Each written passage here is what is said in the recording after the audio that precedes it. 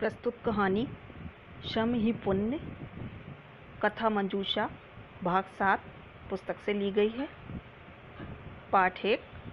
श्रम ही पुण्य अर्थात श्रम का मतलब है परिश्रम, मेहनत, और पुण्य का मतलब है अच्छे कार्य, लोगों के लिए किए गए अच्छे कार्य। कहानी का शीर्षक है श्रम ही पुण्य, यानी कि जो मेहनत है वो ही आपका अच्छा कार्य है। इस कहानी में यही बताया गया है। चलिए कहानी सुनते हैं। बहुत पुरानी बात है। एक शहर में एक सेठ जी रहते थे। वह बहुत दानी स्वभाव के थे। जितना वह कमाते थे उससे ज़्यादा वह दान करने में विश्वास रखते थे, इसलिए लोग उन्हें दानी सेठ कहने लगे थे। उनके घर से कोई भी व्यक्ति कभी खाली हाथ नहीं लौटता था। समय से बलवान कुछ नहीं होता, समय का चक्र चलता ही रहता है। दानी सेठ को अपने व्यापार में भारी घाटा हुआ। धीरे धीरे उनका व्यापार चौपट हो गया। व्यापार को बचाने के लिए सेठ जी को अपना घर तक बेचना पड़ा। वह किराए के मकान या किराए के घर में रहने लगे। घर बेचकर भी वह अपने व्यापार को बचा नहीं पाए।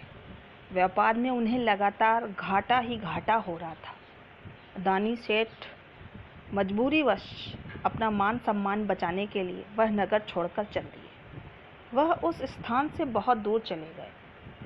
वहां जाकर सेठ ने अपना और अपनी पत्नी का पेट भरने के लिए मजदूरी करना आरंभ कर दिया। बड़ी मुश्किल से वहां सेठ इतना ही कमा पाते कि जिसमें दोनों का पेट भी मुश्किल से भर पाता था। एक दिन सेठानी ने कहा, सुनिए, इस नगर के सेठ तो आपके परिचित हैं। उन्होंने आपसे लाखों कमाए हैं। क्या वह इन मुसीबत के दिनों में हमारी मदद नहीं करेंगे? आप उनके पास जाकर तो देखिए। दानी सेठ न जाने क्यों नगर सेठ के पास जाने में संकोच का अनुभव करते थे। दानी सेठ ने दान देना अभी भी नहीं छोड़ा था। अब भी वह जितना कमाते थे उसमें से भी यदि कोई मांगने आ जाता था तो वह दान देने से पीछे नहीं हटते थे, फिर चाहे उन्हें स्वयं भूखा क्यों न रहना पड़े। उन दिनों व्यक्ति अपने द्वारा कमाए गए पुण्यों को बेच सकता था। आखिर एक दिन पत्नी के बहुत जिद करने पर दानी सेठ नगर के सेठ के पास गए। नगर सेठ ने तुरंत उन्हें पहचान लिया। बड़े आदर से उन्हें अपने पास बैठाया। उनकी यह दशा देखकर उन्हें बहुत दुख हुआ। दानी सेठ ने नगर सेठ से कहा, मैं चाहता हूँ कि तुम मुझे थोड़ा सा धन दे दो। उस धन से मैं अपना व्यापार फिर से शुरू कर सकूँगा। इस समय धन के बदले मेरे पास तुम्हें देने को कुछ भी नहीं है। बस मैंने जीवन भर दान देकर जो पुण्य कमाया है, कहो तो वही बेच दूँ। नगर सेठ ने कहा, आपने जीवन भर जो दान दिया है उसी दान के बराबर ही मैं आपको धन दूंगा। दानी सेठ ने एक कागज पर अपना पुण्य लिखकर दे दिया। नगर सेठ ने उसे तराजू पर तौला तो वह केवल 3 सोने के सिक्कों के बराबर निकला। नगर सेठ ने कहा, सेठ जी क्या बात है, आप अपना पुण्य बेचने में कंजूसी क्यों कर रहे हैं? दानी सेठ ने कंजूसी शब्द तो सुना ही नहीं था। नगर सेठ ने कहा, यदि कुछ और भी बाकी बचा हो तो उसे भी तराजू पर चढ़ा दो। दानी सेठ सोचने लगे कि मैंने सब कुछ तो लिख दिया है। तभी उन्हें कुछ ध्यान आया। वह बोले, कल मजदूरी में मुझे 4 मुट्ठी अनाज मिला था। तभी मुझसे एक भिखारी ने कुछ खाने के लिए मांगा। मैंने वह अनाज उसे दे दिया। उसके कुछ दाने अभी भी मेरी चादर में फंसे रह गए हैं, उन्हें ही तौल कर देखो। ये कहते हुए नगर सेठ ने उन दानों को तराजू के पलड़े पर रख दिया। दाने रखते ही दान वाला कागज एवं अनाज वाला पलड़ा एकदम नीचे झुक गया। दूसरे पलड़े पर नगर सेठ धन चढ़ाने लगा। धन चढ़ाता चढ़ाता वह थक गया।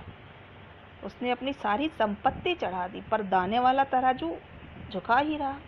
इसके बाद नगर सेठ स्वयं भी संपत्ति वाले पलड़े में बैठ गया, किंतु दाने वाला पलड़ा ना उठा। नगर सेठ पलड़े से उतरकर दानी सेठ के सामने हाथ जोड़कर खड़ा हो गया। वे कहने लगा, दानी सेठ, संपन्नता खुशहाली के दिनों में दिए गए दान से कमाया गया पुण्य मेहनत द्वारा गरीबी के दिनों में दान द्वारा कमाए गए पुण्य से कम है। सच्चा पुण्य तो श्रम द्वारा ही प्राप्त किया जा सकता है। इतना कहकर नगर सेठ ने अपनी सारी संपत्ति तराजू से उठाकर नीचे रखी और दानी सेठ से हाथ जोड़कर कहा, आप जितना धन इसमें से लेकर जाना चाहें उतना धन लेकर जा सकते हैं, क्योंकि आज आपने मेरी आंखें खोल दी हैं। इस कहानी से हमें ये शिक्षा प्राप्त होती है कि जो सच्चा पुण्य जो होता है या सच में जो अच्छे कार्य होते हैं वो हम मेहनत द्वारा ही प्राप्त कर सकते हैं। मतलब जो अच्छाई है वो हमें मेहनत से ही प्राप्त होती है।